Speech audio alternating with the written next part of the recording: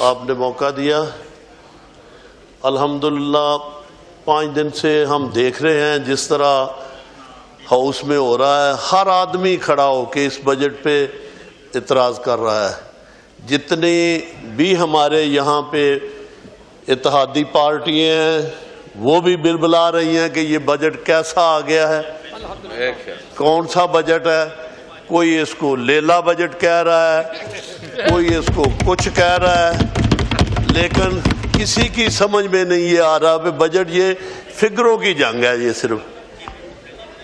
باقی میں ایک گزارش پہلے کرنا چاہتا ہوں کہ جس طرح ہم نے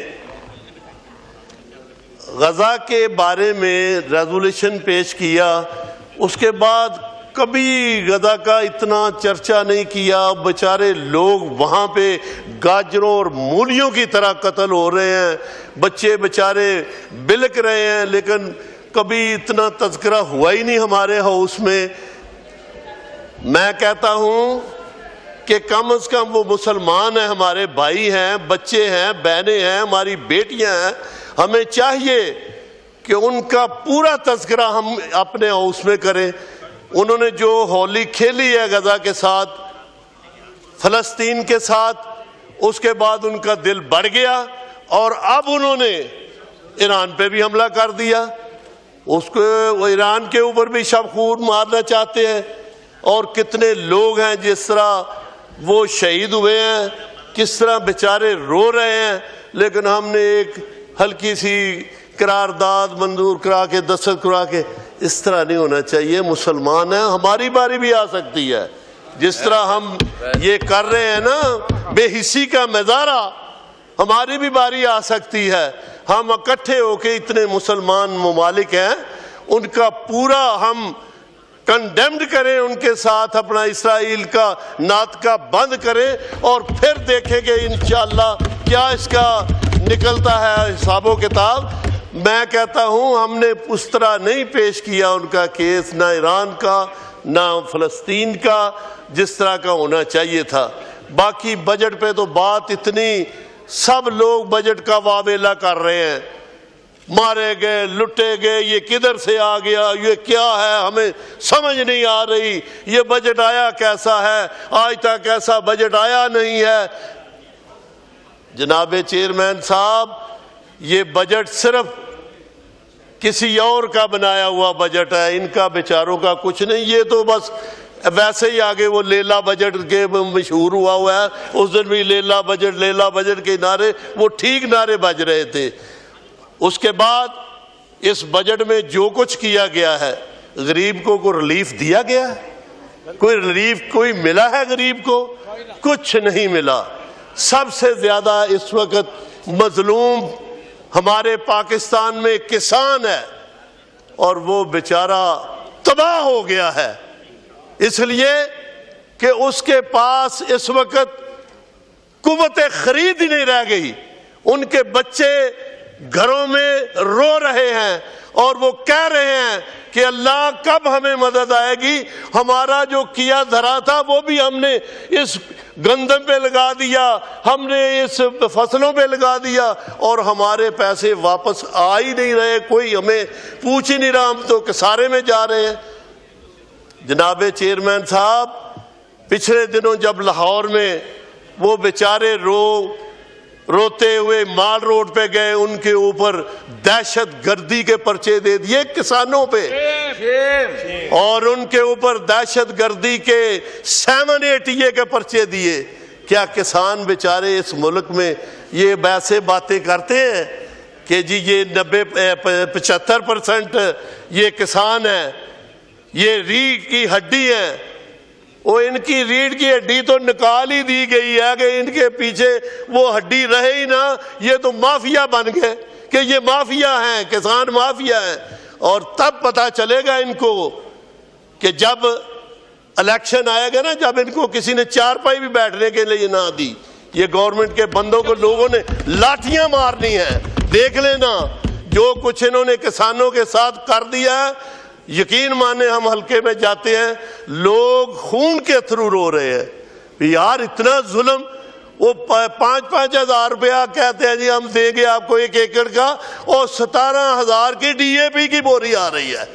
وہ کیا کریں گے؟ وہ 5,000 مانگت ہے، زکوٰۃ کے پیسے ان کو دے دیں، ہم لیتے ہیں زکوٰۃ کے پیسے ان سے، نہ وہ ڈیزل کے پیسے پورے کر سکے، نہ وہ بجلی کے موٹروں کے پیسے پورے کر سکے، کسی چیز کے پیسے انہوں کے واپس وہ کمیشن ایجنٹوں نے 2,000 میں کنک خریدی ہے، اور پچھلی دفعہ کی جو کنک تھی آئی اور یوکرین سے جو کتنے ارب یہ بڑا شور پڑا ہوا تھا اس میں کہ انہوں نے اب وہ کمیشن اتنے ارب لے لیا ہے، نگران حکومت بھی بیچی اس میں شامل تھی، تو یہ بتائیں وہ کنک تو ابھی تک گوداموں پر پڑی ہوئی ہے، وہ کھانے کے قابل تھی، اس کو تو کوئی جانور بھی نہیں کھاتے۔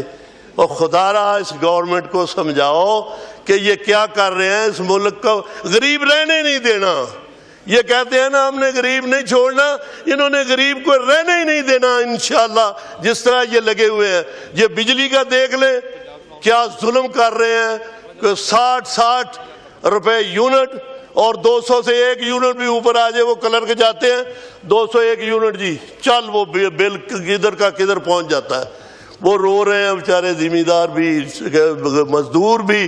اور اس کے بعد یہ ڈیزل دیکھ لیں، پیٹرول دیکھ لیں، ابھی آ لینے دے یکم کو دیکھ لینا کیا چند چڑھتا ہے، کیونکہ انہوں نے میرا خیال 8.8 روپے اور 5 روپے 5.5 روپے پیٹرول اور ڈیزل بڑھا دیا ہے، اور اب یہ تیاریاں کر رہے ہیں کہ 20 کے قریب بڑھائیں گے۔ دیکھ لینا انشاءاللہ آپ دیکھیں گے کہ یہ کیا بنتا ہے۔ جب یہ اس طرح کے کام ہوں گے، مہنگائی جو ہے سر پہ چڑھی ہوئی ہے، یہ سارا معاملہ جو ہے اس کو ان کو سمجھائیں گورنمنٹ کو کہ یہ کیا کر رہی ہے۔ اور یہ ڈیزل جو ہے یہ جب لوگ لیں گے مہنگا تو وہ مہنگائی تو سر پہ آ جائے گی، اوپر چلی جائے گی۔ اور اللہ کے فضل و کرم سے جو سولر لوگوں نے لگائے، کچھ غریب آدمیوں نے لگائے، کچھ لوگوں نے 20 لاکھ روپے کے گھروں میں سولر لگائے، ان کو بھی انہوں نے ٹیکس لگا دیا۔ پہلے انہوں نے جی سولر لگائے، ان کا ہی ان کا حصہ تھا، وہ باہر سے یہی امپورٹ کر رہے تھے، پہلے انہیں ادھر سے کمائے۔ وہ بڑا مشہور ہے کہ حمزہ صاحب اور فلانے جو ہے یہ سارے ادھر سے امپورٹ ترکی سے کر رہے ہیں، اربوں روپے کما کے اب وہ لوگوں نے لگا لیے، تو اب ان کو یہ ٹیکس لگا رہے ہیں 18%۔ یہ کیسے ظلم کی بات ہے، اس ملک کو لوٹ سوٹ کر کے پہلے پلوامہ میں، پھر وہ جو کیا وہ کتنے باہر جا کے محل بنا دیے، کیا انہوں نے کیا کچھ کیا اس ملک کے ساتھ، جو کچھ یہ کر رہے ہیں یہ ہے اس کا۔ باقی باتیں بڑی کرتے ہیں، وہ سٹیل مل جو ہے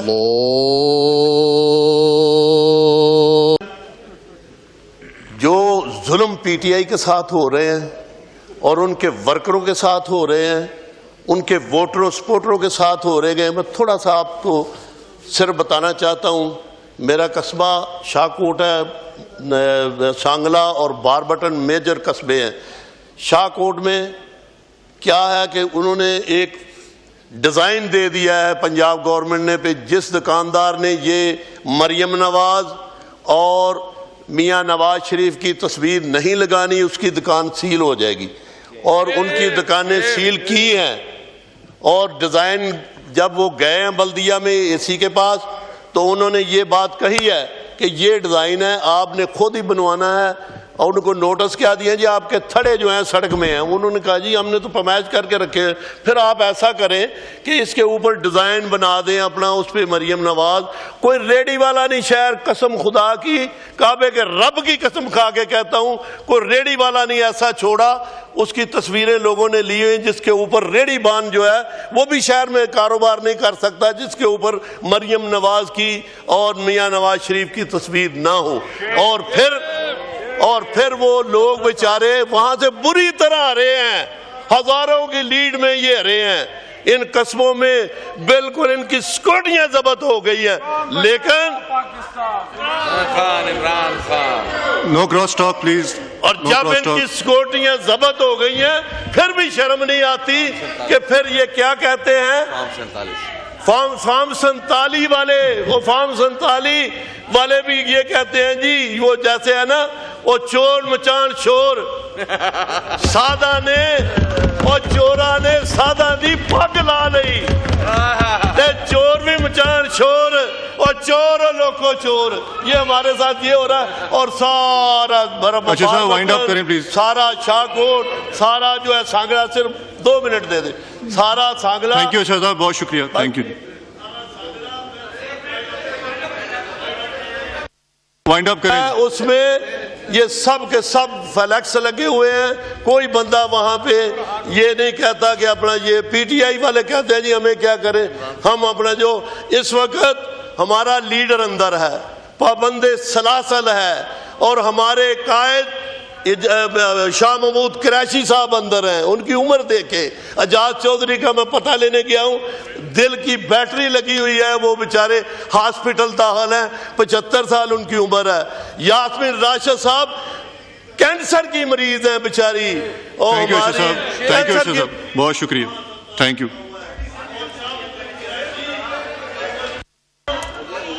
بہت شکریہ جی, تھینک یو. بات مکمل کریں لی جلدی.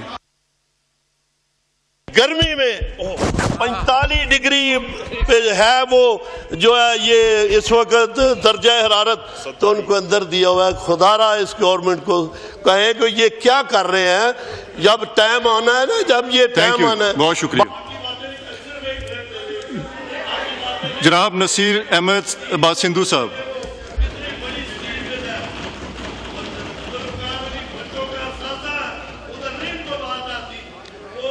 تھینک یو ارشد صاحب, بسم اللہ کریں. تھینک یو, بہت شکریہ, تھینک یو. بسم اللہ کریں, آپ خود بیٹھ جائے گا. تشریف رکھیں جی, تشریف رکھیں. تھینک یو ارشد صاحب.